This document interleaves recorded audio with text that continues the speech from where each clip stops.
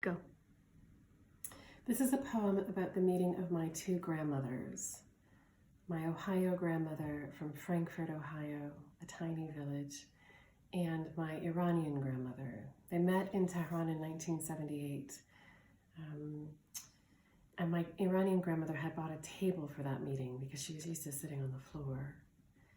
And they were trying to speak to each other. My mother was translating, and I think when my Iranian grandmother realized that she wasn't getting through to my American grandmother, she reached up onto her arm and took her only two bangles off and put them on my Ohio grandmother's arm. And my Ohio grandmother wore them for the rest of her life. She never took them off, and she died with them on. And I'm wearing one of them just now. My cousin in Ohio is wearing the other. There's a couple little Persian references in this. The first is that there's a sort of small tick against the top of your mouth. That noise means no. And if you blink slowly in Iran, it's assent. It means yes. It's a poem really about kindness across divides, which I think we could maybe be doing with a bit more of just now. So that's why I've chosen it. It's called Abe Nadore, which means it's nothing. Abe Nadore.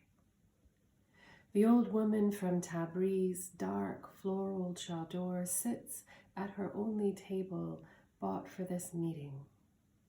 She speaks no English, but speaks, tells stories in Farsi, a second language she learned at school.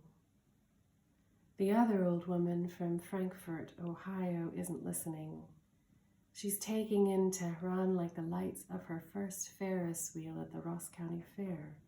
The twinkling against night sky, almost blinding, so other. The first woman understands. Like the small tick of tongue against the roof of her mouth. No, cut it out, or I don't agree. Or the slow blink of eyelid. Yes, okay, you're right. Meaning can be mistaken. Her daughter-in-law, the translator, an American. She reaches up inside swathes of black, nudges down two gold bangles, a wedding gift, each as thin as wire or a cord to tie an old gate shut. Their frailty still reminds her of poverty. She holds the hand of the strange American, turning it upwards, opens out the long fingers, places her bangles into that pink palm, insisting. A gift. Abe Nadore, she says. It's nothing.